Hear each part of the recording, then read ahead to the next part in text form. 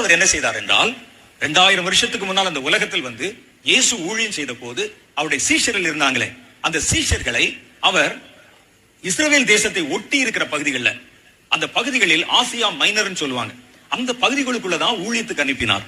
ஆனா அந்த தேசங்களை தாண்டி வேறொரு தேசத்துக்கு கர்த்தர் தம்மோடு இருந்த ஒரு சீஷனை அனுப்பினார் என்றால் அது இந்திய தேசத்துக்கு தான் அனுப்பினார். கடல் கடந்து போ என்று கர்த்தர் தாமே நேரடியாய் பேசி தோமாவை கர்த்தர் இந்தியாவுக்கு அனுப்பினார்.